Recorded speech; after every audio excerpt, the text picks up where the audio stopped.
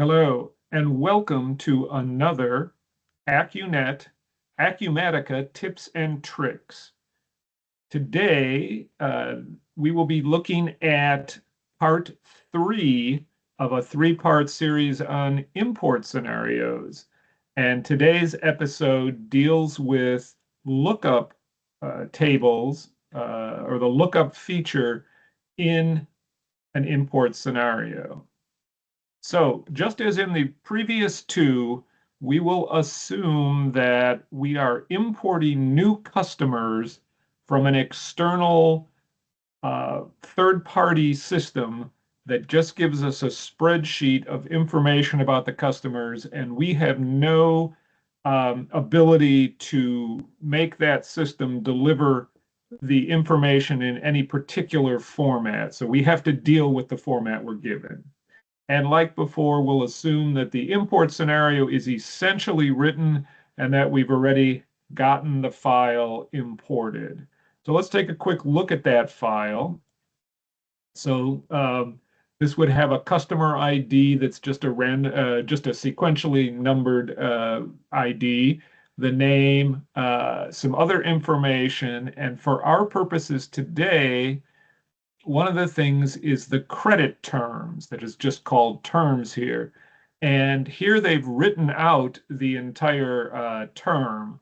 So this is due upon receipt, which basically means as soon as the customer gets the bill, they're expected to pay it. Now, let's go to the import by scenario. We're going to re-prepare this just so that everything is clean. We saw that it imported without error. That's great. As always, I'm going to toggle the activation and just do, let's say, one of them. Always like to try 1 to 3 of them before I import everything to catch any errors that might have occurred. So now I'm going to import that. It always asks me if I want to save it. And we've got an error.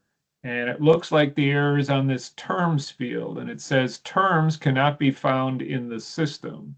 So let's take a quick look back at the import scenario. And we see that it's under the financial settings on the customer screen. So let's take a quick look at that. And so I'm just going to go to a random one, or the first one I find. And if we look in financial, we see that there is this terms field. And notice it has, in this case, 30D-30 days. So this is the ID followed by the description of the terms. So if I click this little magnifying glass, I can do a lookup. So what we were trying to do is we were trying to enter or import due upon receipt, those 3 words, but the ID, which is the default, is DUR for due upon receipt. But we can do a lookup if we're doing this manually. So I can type in due upon, and it should find it. And if I select it, now notice it's actually filled in the ID. And when I tab away from that, it has the ID followed by the description. So remember that an import scenario is supposed to just mirror entering something manually. So the question is, can we actually use this lookup function to find that description and substitute the terms ID? And of course, the good news is we can. So here I'm saying take the terms column value and put it into the terms field on the financial settings tab. But if I click here, notice that under terms, there's 2 items, and those 2 items correspond to the 2 items in the lookup box that pops up here in the customers. Just as a reminder, notice there's terms ID and description. So what this is saying in the import scenario is we can either just put it into the default for terms, which is terms ID, but we can also say, oh, let's use the description.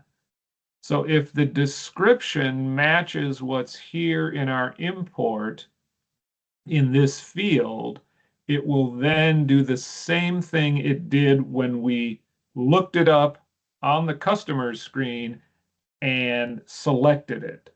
So it's going to match the description that's here and substitute the value for the terms ID. So let's see if this solves our problem.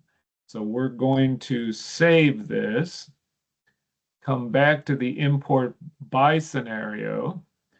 Notice that our terms is due upon receipt, which is the description of that credit term.